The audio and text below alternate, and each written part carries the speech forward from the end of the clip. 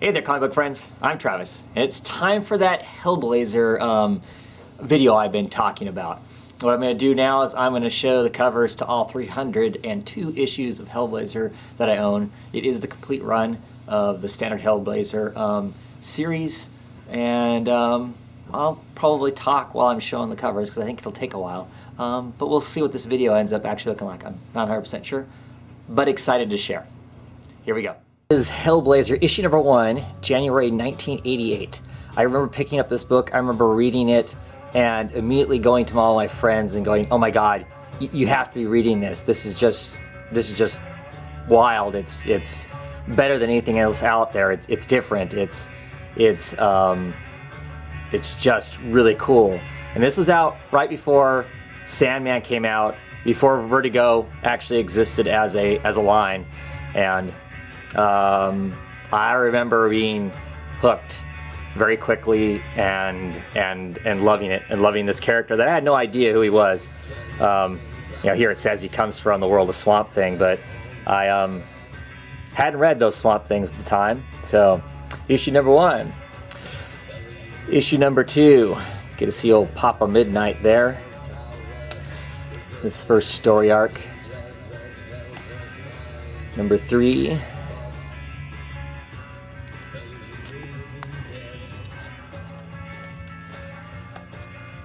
Number 4, so we start to get into some of the strange ghosts and spirits that Constantine would deal with. Love most of the covers for most of the Hellblazers. Just ties in a lot of stuff. There's so much going on in this. You know, you got John's eyes down at the bottom, somebody's body here, face screaming, and then you got the war from Vietnam.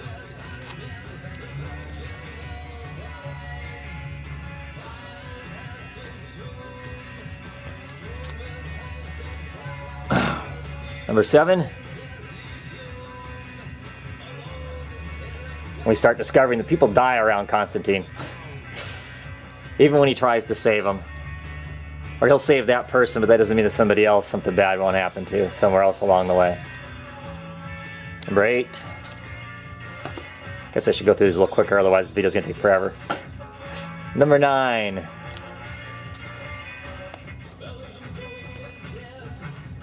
Number 10, one of those covers I really love. It's kind of an abstract piece of art. All the eyeballs, they're all over the place. It's been so long since I read some of these books, I can't really tell you what's going on in them. This is a huge storyline here. This is issue number 11, Newcastle. The history of Constantine in his early days in a punk band and whatnot. They went to a place called Newcastle and screwed around with some magic, and something really horrible came up and snatched a child, and Constantine comes out of it very scarred, permanently wrecks his psyche to a large degree. He comes out of that whole experience with just the child's arm, just a bloody stump, nothing left of the child otherwise. It's a reoccurring theme that'll come back to haunt him quite often throughout the book, and in some really incredible ways. Some of the different writers that were on this and what they did. Jamie Delano wrote a lot of these early stories. They're like to issue 13. This is back when writers would stay on books for long periods of time. Issue 14. Said the covers are just absolutely great. Lots of painted ones, really interesting. This run for a while had these painted covers, and then we'll move on to different covers, which we'll see here later on. This is number 15.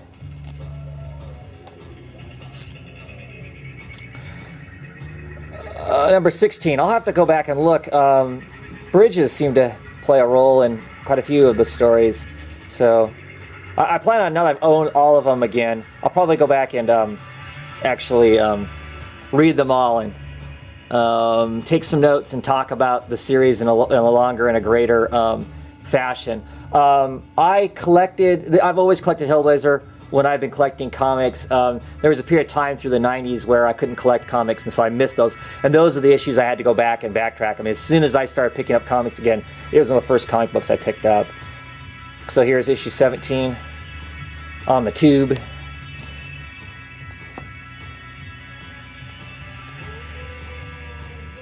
We are 18. This still isn't a Vertigo line.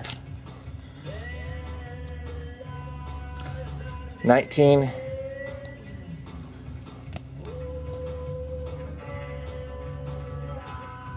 Issue 20. Hopefully there's not too much glare. I'm trying to talk about glare too much in this, but another wonderful cover. Issue 21. I'm trying to remember who did the covers during this time. I just love all the imagery, the bodies intertwined, the hair that turns to snakes. Just gorgeous pieces of artwork. That was issue 21. Get another brick of fox here.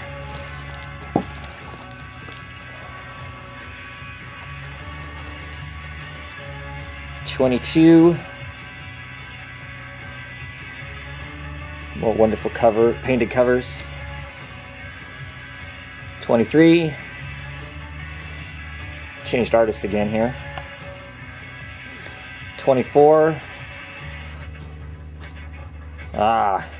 Issue 25. This is a one-shot. Grant Morrison and Dave Lloyd. Of course, everybody knows who Grant Morrison is. Dave Lloyd is the artist for V for Vendetta.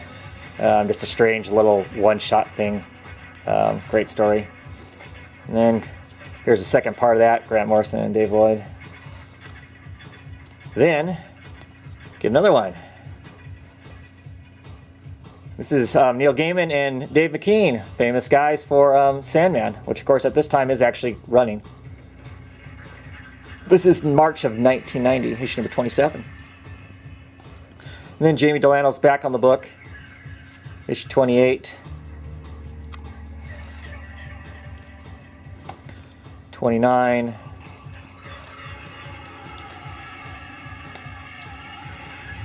30. 31. And there's kind of a picture of John, and he's missing the arm that the child from Newcastle that he had. Great piece of imagery there. The little stars and moons hanging from strings like would be in a child's room. Sean Phillips is doing the artwork and the interiors on these. Of course, we all know Sean Phillips from all the work he does with Ed Brubaker right now. He did the work on that one.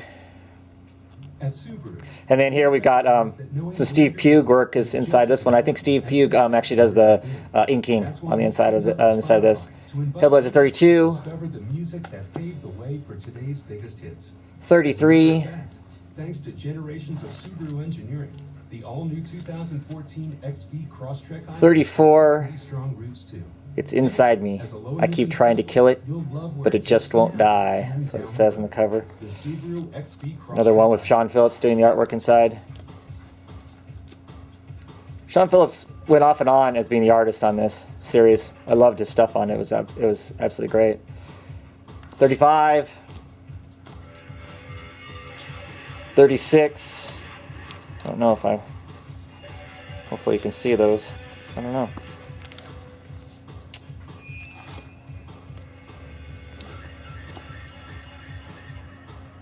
37. Steve Pugh's taking over for artwork for a little bit here. 38.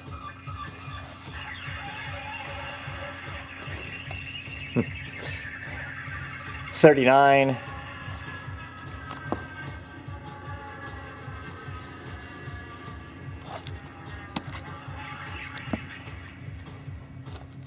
Issue 40 with our Dave McKean artwork on this one. Then Garth Ennis takes over the book. Garth Ennis takes over, and it changes for the better probably. Garth Ennis will write some incredible stories for Hellblazer. Another thing I like is the cover artist changed also when the writer changed, so it dramatically had a different effect on the book. Gives it a different feel. Will Simpson's doing the artwork inside. Can't remember who this cover artist is. I should have looked all that up before I started talking, so you guys could know who the heck it was who I was showing you here. 43, 44, 45, 46. You see a reoccurring theme here. This torn faces, all part of this arc. 46. Issue 47.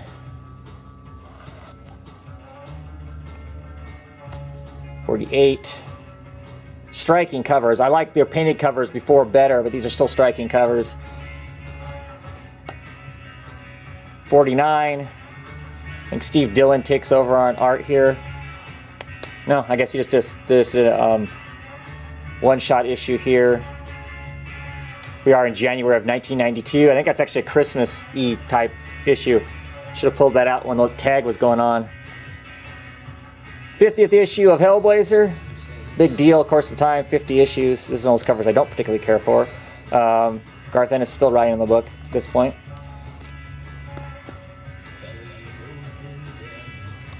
There's some John Smith writing. 51.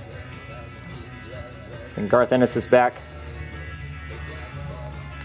52.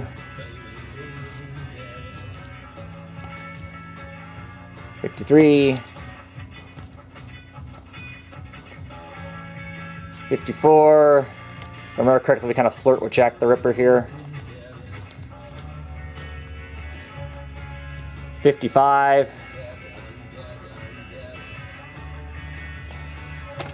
Grab the next handful of books.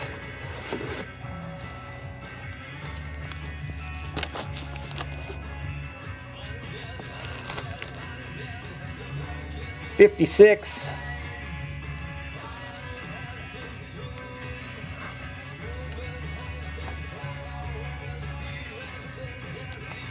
57.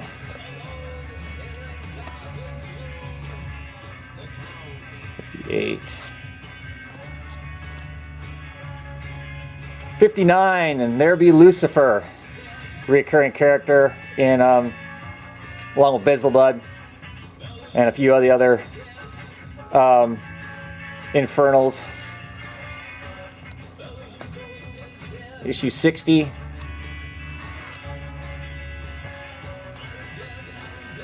61. 62. Love this cover because, of course, all the creators' names are on the tombstones.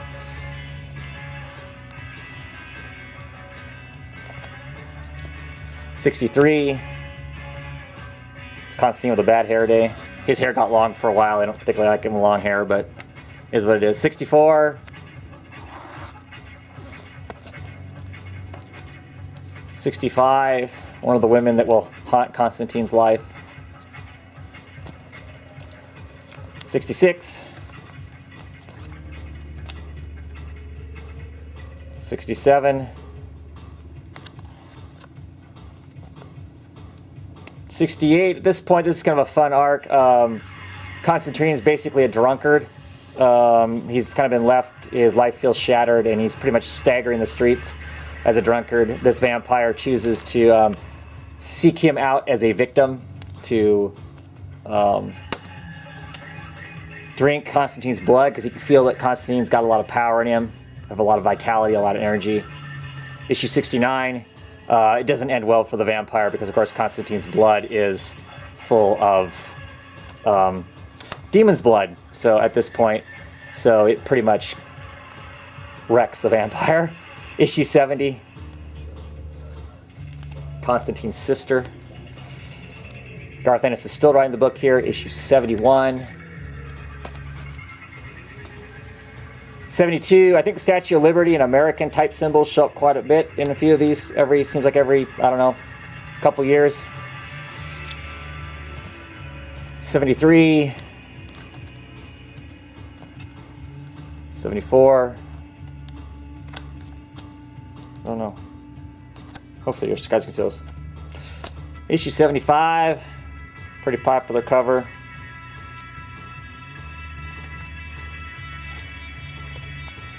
76.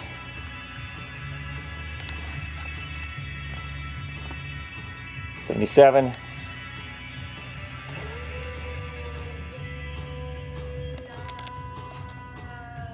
78.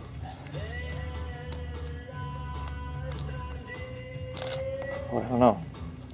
Hopefully you guys can see those. 79.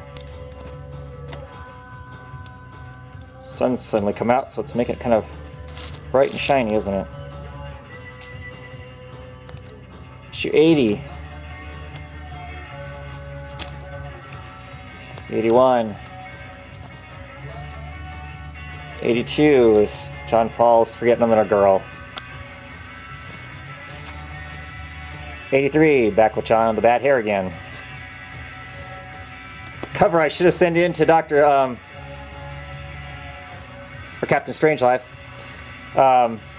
as far as weird covers go. John punched over a bunch of bottles with a monkey on his back, wearing a wig. 1984, Jamie Delano is back for an issue there. Let me kind of bounce around for writers, I think, for a little bit, but I'm not 100% sure. 85, Sean Phillips. 86. 87. 88. 89. I believe this is where John takes a trip down to Australia.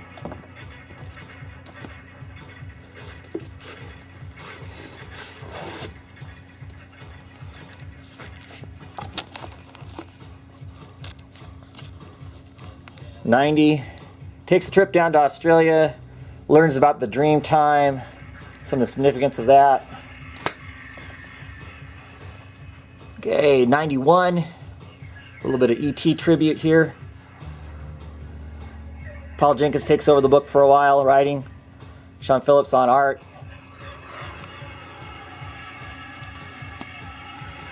The Critical Mass storyline. We deal with the Green Man in this, along with some other mythical stuff.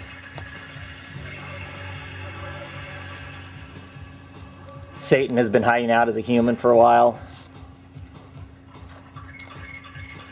We re-encounter the girl that was lost at Newcastle. Her soul has actually been trapped this whole time and is going to be used as a weapon against John.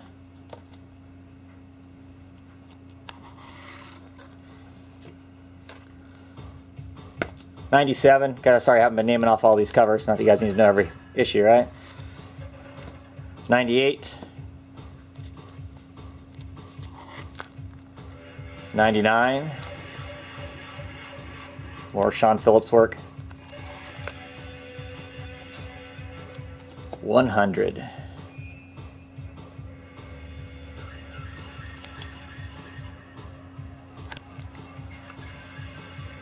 101.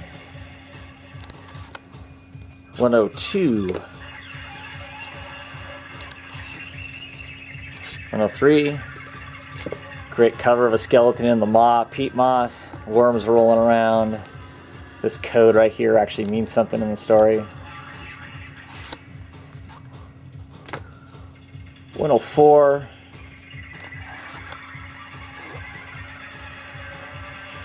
105.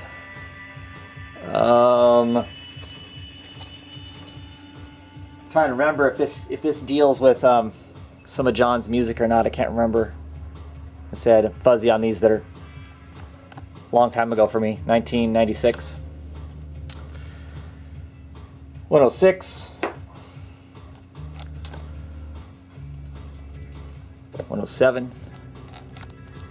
Nothing like being in the line of fire for the wrecking ball. 108.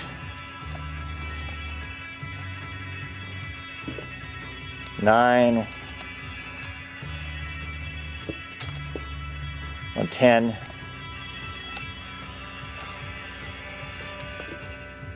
111. Oh yeah.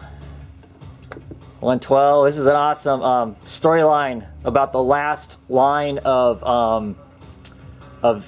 King Arthur, who is actually really the bloodline of King Arthur, and that bloodline's important because it helps keep England alive mythically. This is Rich the Punk, and Rich the Punk is good buddies with Constantine. Constantine used to be a punk through the 70s and into the 80s, and plays a pretty important role. 113.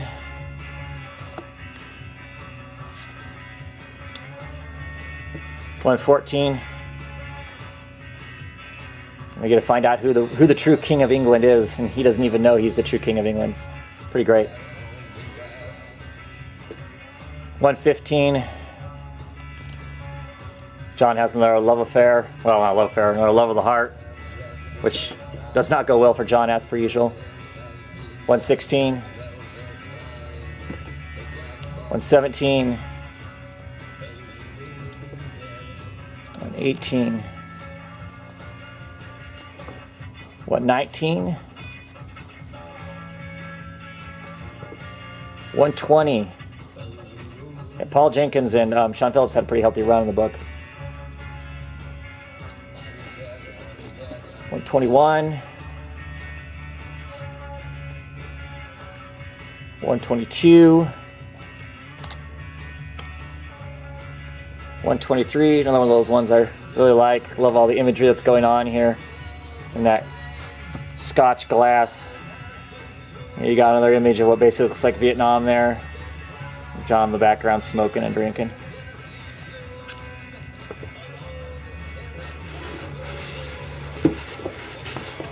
Get the next handful out here. For the use of those of you still sticking with me, I'm impressed. Okay, 124.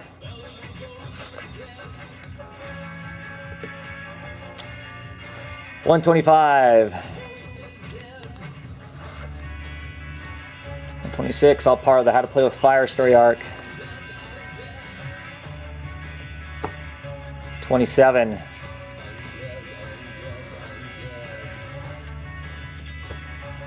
28.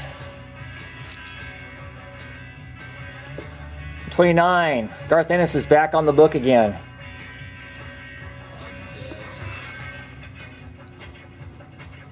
130. Notice the 131. 132. 133. So you can see things devolve rather quickly. 134. Warren Ellis is on the book now. Warren Ellis is on the book for a little while. Here are The Haunted, part 1 of 6. 134. 135. Tim Bradstreet, I believe, is doing the covers now. Tim Bradstreet will have a long run of doing covers on Hellblazer. 36. 37. 38. 39. 140. 141. 142.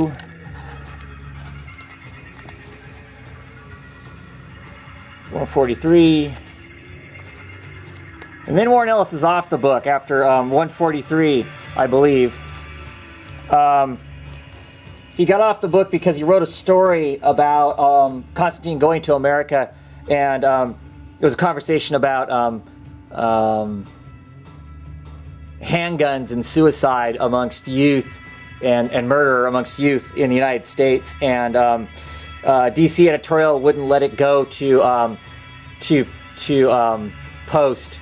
I'm trying to remember what shooting happened then. I can't remember if it was Columbine or if it was something else, and DC thought it was too hot to publish, so they refused, and it made Ellis mad enough. Warren Ellis mad enough. I think he that was the end for him working for DC, pretty much, as a whole. I'm not 100% sure on that story, but I know he quit writing the book.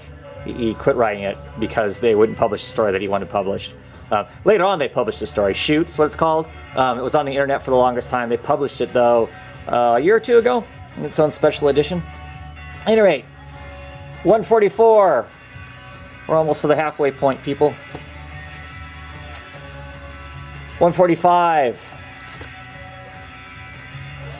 Then here, Brian Azzarello takes over the book at 146. For newer readers, you might know him from, he's writing Wonder Woman currently. Richard Corbin's doing the art in these. Trim Bradstreet's doing the covers still. I don't know, Brian Azzarello and Richard Corbin, pretty great stuff. 147. 148. 149. 150. 151, 152, 153,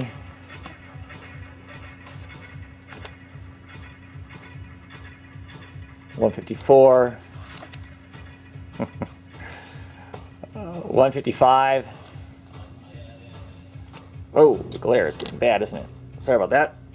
Hopefully you saw those other covers. I'm not watching the camera. 156.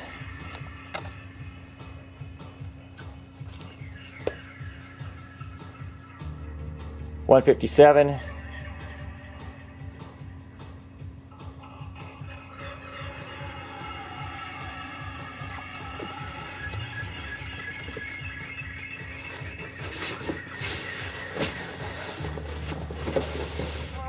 The next bundle here.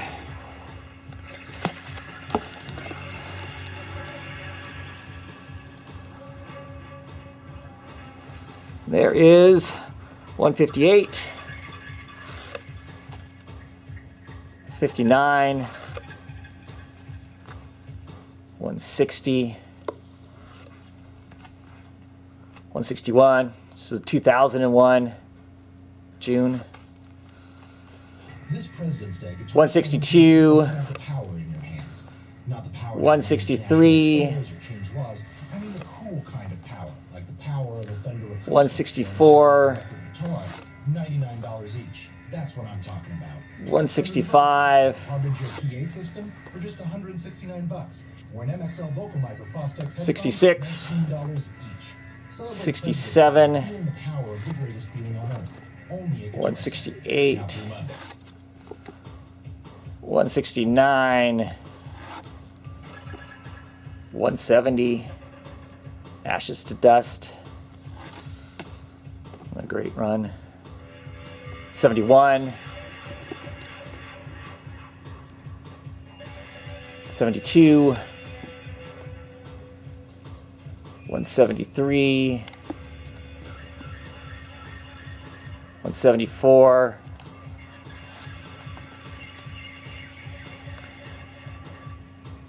175, 76, 177. It's unfortunate. This is one of the last big runs of comics. 78, because everything's been restarting over with number ones. 179. Mike Carey's writing the book at this point.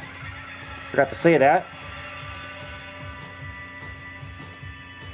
He's been on the book since 175.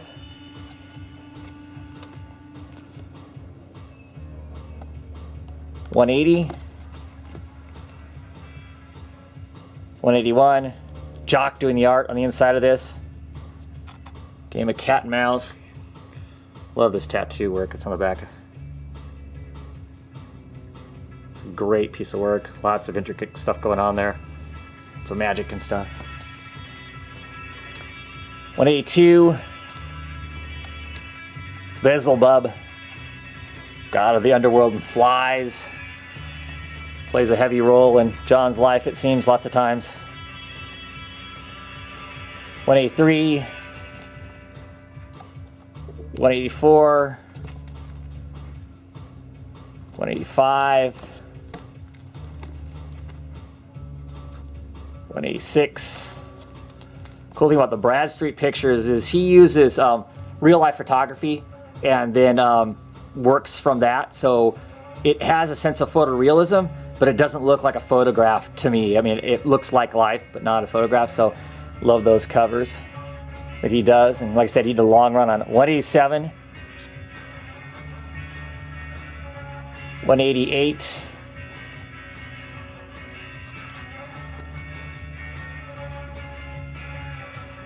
$189. I believe there's a poster of this out there somewhere floating around. Be kind of cool to get a hold of at some point. And this is December of 2003. About 198. 190.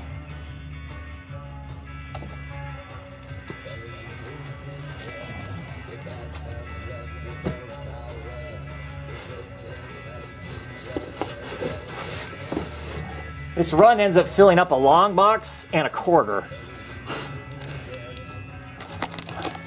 Once I got it all bagged and boarded.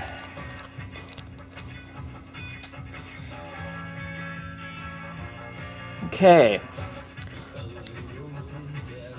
191. 192. There we go, less glare. Sun went under behind a cloud. 193, Mike Carey still on the book.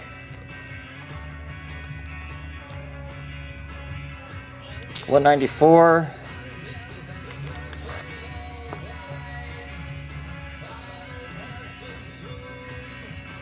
95.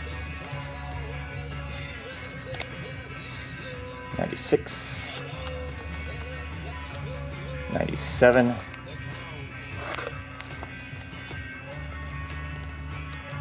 98. 99. 200. And he's got a birthday cake. Chocolate birthday cake, and of course the candles are all cigarettes. Smoking and drinking. Heavy parts of John Constantine's life. 201. 202, and I've noticed by going back over these things that this is a style of cover that happens more than once. Him either looking at a head or looking at a skull. Oh, Uric, I knew him well. That was January of 2005. 203. 204. 205. 206. 207.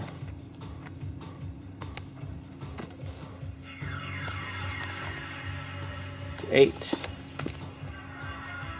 209. 210. Down on the ground with the dead men go. 211. 212. 213. This is a great issue. The Gift. Fraser Irving does the artwork in this. I'm a big Fraser Irving fan. This is pretty simple. Only like 2 or 3 color work for Fraser Irving, and none of it's in the typical purples and pinks that I've kind of gotten used to him doing. This is a story basically of John remembering back to when he first realized that he had the gift, and not necessarily the gift of magic so much as the gift of being able to swindle people by telling them a story and selling something so much that they believe it, and it actually happens because they believe it so hard. Great story.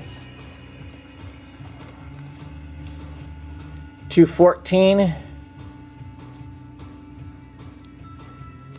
This point, his sister has strangled herself to death with a stocking. He's trying to get her back. 216. Not fond of these covers right here. And with this issue, with 216, we changed writers. Dennis Mina. 217. 218. 219. 220. 221. 222.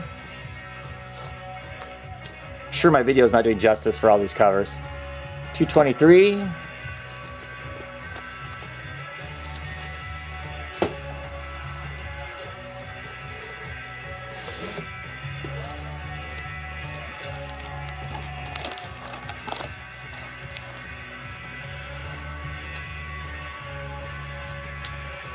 Okay, so 224,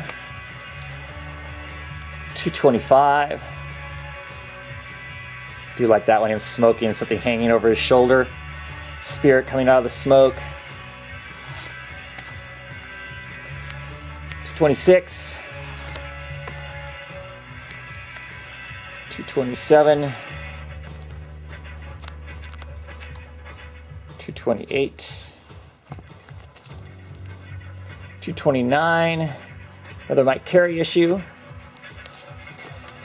Then Andy Diggle takes over the book, I believe, for a while at 230.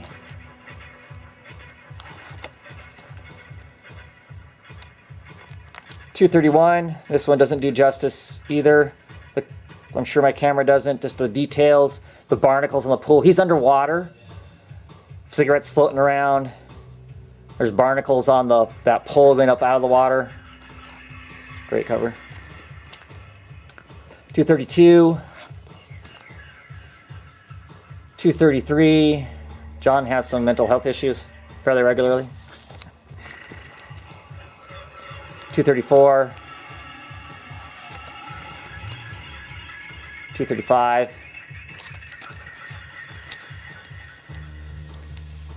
236. Dog taking a leak on a zombie hang coming out of the water, out of the ground. 237.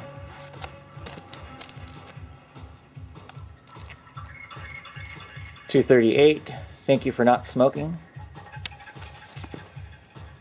239.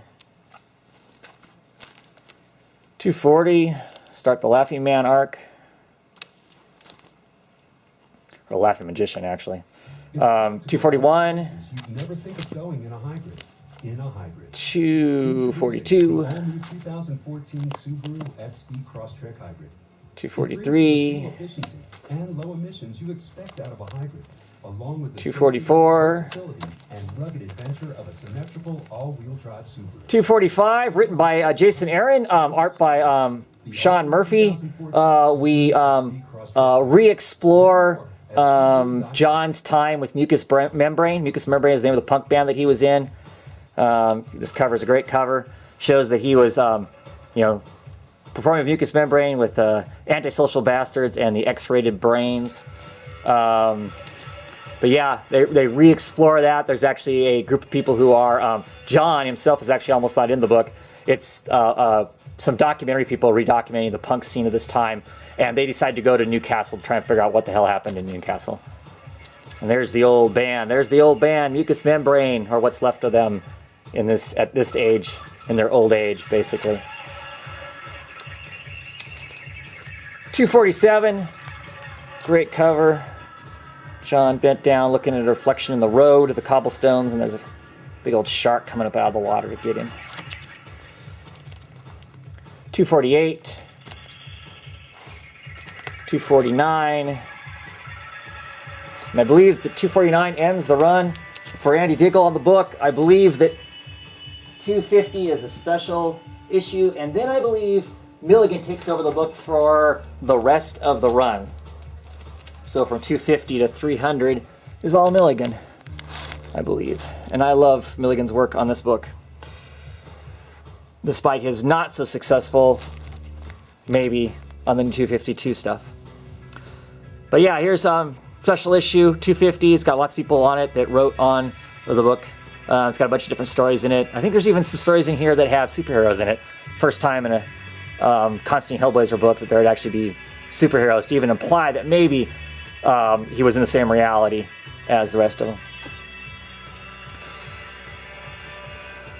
251, start of the Scab story arc. You see that little critter down there in the corner, that disgusting little baby man thing. That's the scab that comes off of John's chest. That's 252. 253. We are in May of 2009. 254. 255. 256, and here we start the Giuseppe on artwork for most of the book at this point, with Landini doing the inks, I believe, or the colors on it, and all the covers from this point forward, I believe, are going to be Simon Bisley, and I'm a huge Simon Bisley fan. Love his stuff. It's really stylized. It's unique. He kind of sexualizes the ladies, maybe a little more than maybe what he should, but actually I think he sexualizes the guys just as much, as you'll see in some covers coming up where Constantine's really not wearing any clothes. Anyway, kind of really love this team up. This is the modern Hellblazer. That's about 257. See what I mean about John? 258. 259, and every once in a while Simon Bisley will do the interior art also, which is good fun. Kind of reminds me of Richard Corbin in a way. He has his own kind of style. Things are maybe a little curvy and than what normally would be, but still really like it. The Long Crap Friday, 260.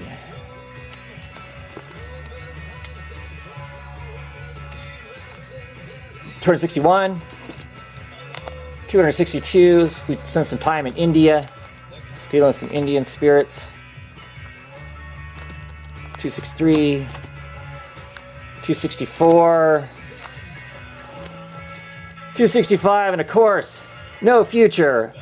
More of the punk era comes back to haunt John in one way or another. In this case, it's a whole group of people who basically believe that Sid Vicious hasn't died. And they're kind of like the cult of Sid Vicious. And as silly as that sounds, it was actually really cool. There you go, Constantine as a punk. And I think Simon Bisley really does punk well. I mean, it's not no goofing around. It's hardcore. That was 266.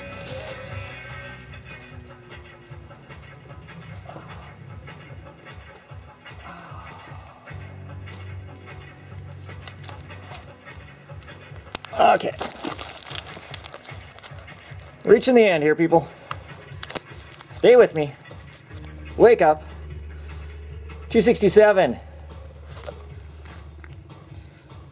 268. At this point, John has lost his mind again. He's actually decided that his thumb is possessed, or it's not part of him, and he actually cuts it off. He cuts off his own thumb.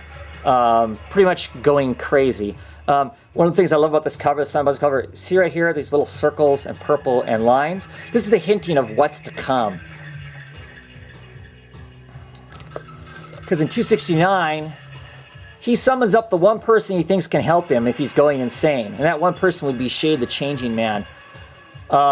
Peter Milligan wrote a very excellent run of Shade the Changing Man back in the 80s, around the same time that the Hellblazer stuff was going on. He basically, I think, went off of Hellblazer and went on to Shade the Changing Man. If I had the timeline right. And so he has a wonderful take on this character and his own dementia and whatnot. So John summons this guy to help him try and put his life back together again, which doesn't always work out really well. But he kind of drives John and uses John in a way. At this point, John does have a girlfriend, Stephanie, and he steals her. There she is, and she's calmly on her cell phone calling John to say, John, you gotta get me out of this shit. I love this character. She's probably one of my favorite female characters. I just love her relationship with John, what she means and how she adds to his life and stuff. She's fabulous. So, here's John. He's obviously missing his thumb still. All these rings is he's looking for a ring. He's gonna get married. 2 272, which John Constantine getting married just seems unheard of. Here we are. This is Persephone and the young John Constantine from the punk era. She actually gets pulled back in time and briefly dates this young Constantine in the process of trying to figure out how to get herself back with her Constantine. Because as much as she likes the young Constantine, it's really the old Constantine that she likes, that she's in love with. And she's young. She's in her 20s. Constantine has to be flirting with 50. But it's a great relationship. Great cover. The young Constantine, after partying a little too much. I think that's her shoe and bra there. Then there's the wedding issue, after she gets back to the right reality and whatnot. And there is in this issue, there's a brief moment where young Constantine and old Constantine meet, and old Constantine decks this arrogant little prick, punches him out. Pretty cool. Anyway, the wedding issue. They actually do get married, and of course things happen around the wedding that are totally screwed up and destroy somebody's life in Constantine's life, which is pretty typical for Constantine. The guy can't be happy. Something has to be wrecked somewhere. But not with his bride. Things are good with his bride. 276. 277, Phantom Pains. John does some divination and finds the perfect thumb that's going to go on his, that will go on his own thumb. And so he literally watches a crash happening, knowing it's going to happen, even though he can save the person, and then runs out with a pair of snippers and snips this dead guy's thumb off to take it to put it on his own thumb. And here he is, magically with a blowtorch, putting said thumb on. Meanwhile, his thumb that he lost while he was in an insane asylum, an intern sold it to an artist, and the artist is actually using the thumb. He's actually putting the thumb in his mouth to gain inspiration to do his art. It's absolutely bonkers. We deal with some of Constantine's wife's demons here. 280. This is John's niece. She has been screwed over by John's evil twin, and she is going to wreak havoc with John because she knows it's John, and John is evil, even though John's not. John dealing with some more demons. 281. 282. 283. John has lost his trench coat. This is a devil's trench coat. John has worn the same trench coat for so long that it has actually gained magic and its own personality of sorts. His niece steals it as torment to him. So we get this story of how badly John's trench coat messes up everybody else who wears it. 284. Naked John. 285.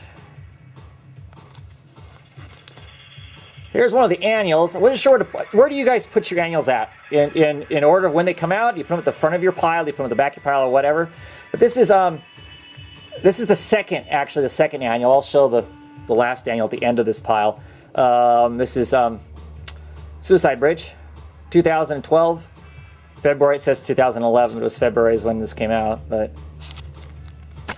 whoa, that was crappy there with the camera. Okay, so here we are, 286, back in America again.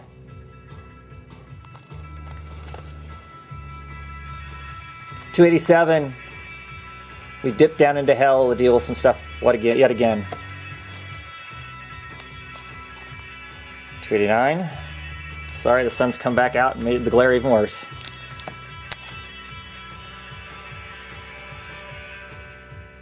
$298 or $289. I mean, sorry. 290.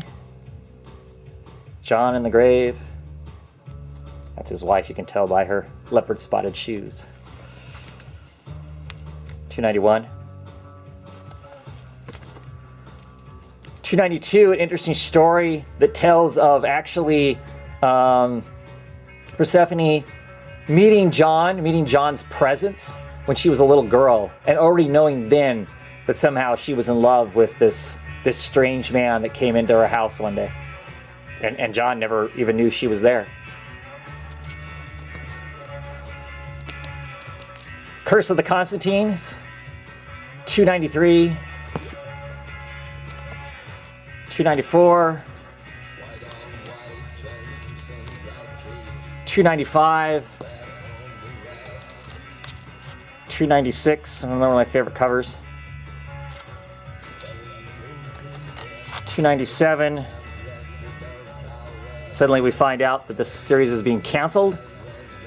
Actually, on a t-shirt of this cover, would love to own the original. Needed a couple grand to buy it though. $2.98.